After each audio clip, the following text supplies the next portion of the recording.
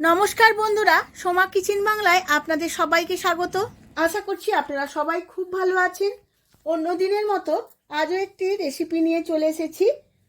আমরা বাঙালিরা মাছ খেতে খুবই ভালোবাসি। ভাতের পাতে একটু মাছ হলে আর কিছুই লাগে না। আজ আমি শেয়ার করব অনুষ্ঠান বাড়ির স্বাদের সর্ষে দিয়ে কাতলা মাছের কারি। আমি আমার মতো করে সামান্য কিছু মশলা দিয়ে বানিয়ে শেয়ার করব। তার জন্য সম্পূর্ণ ভিডিওটি প্রথম থেকে শেষ পর্যন্ত দেখতে হবে। আমার চ্যানেলের নতুন বন্ধু হলে চ্যানেলটিকে সাবস্ক্রাইব করুন, আর ফেসবুক বন্ধু হলে পেজটিকে ফলো করুন। চলুন দেখে নিন রেসিপিটা। আজকে এই মাছটা আমি রান্না করে দেখাবো। এই মাছটা আমার গ্রামের পুকুরের মাছ, জালে ধরা পড়েছে। এই মাছটার নাম হচ্ছে নাদিম রুই, কাতলা আর রুই মাছের সংকর। এবার আমি মাছটা কেটে নিয়েছি। এ থেকে আমি কয়েক পিস রান্না করব, এতগুলো রান্না করব না, বাকিটা অন্য সময় রান্না করব।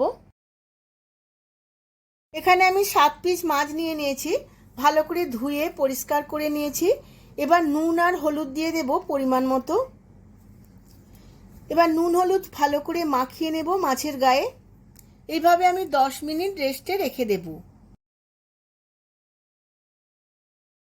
কড়ার মধ্যে আমি সর্ষের তেল দিয়ে দিয়েছিলাম, তেলটা গরম হয়ে গেছে।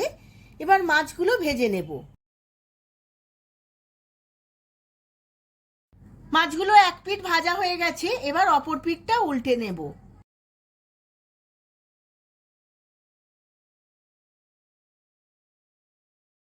এবার মাছগুলো ভাজা হয়ে গেছে, তুলে নেব। এইভাবে আমি বাকি মাছগুলো ভেজে নেব।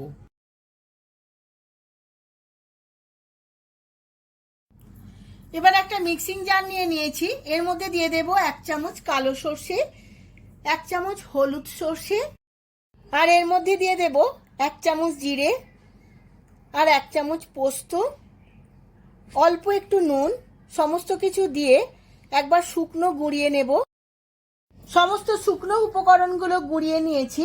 এবার এর মধ্যে অল্প একটু জল দিয়ে একটা মিহি পেস্ট করে নেব।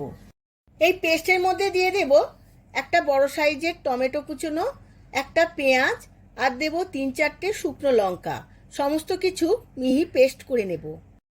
মাছ ভাজার তেলের মধ্যে দিয়ে দেব 1/2 চামচ কালো জিরে ফোড়ন। ফোড়নটা খুব ভালো করে ভাজা হয়ে গেছে।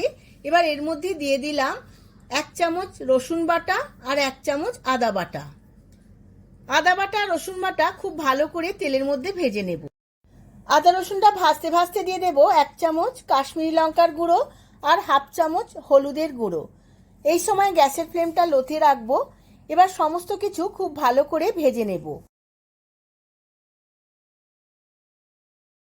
সমস্ত মশলাটা খুব ভালো করে ভাজা হয়ে গেছে।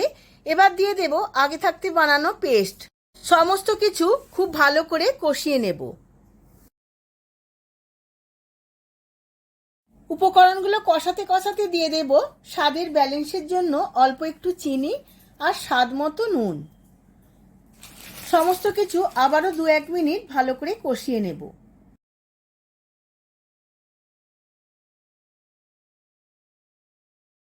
কষানো হয়ে গেছে, অনেকটাই তেল ছেড়ে এসেছে। এবার দিয়ে দেব পরিমাণ মতো জল। জল দিয়ে ভালো করে ফুটিয়ে নেব।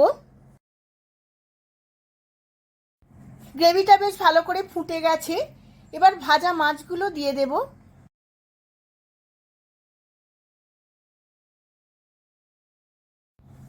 সমস্ত মাছগুলো দিয়ে একটু নাড়াচাড়া করে নেব। এইভাবে আমি 5 মিনিট রান্না করে নেব, যাতে মাছটা একটু সেদ্ধ হয়ে যায় গ্রেভির সাথে।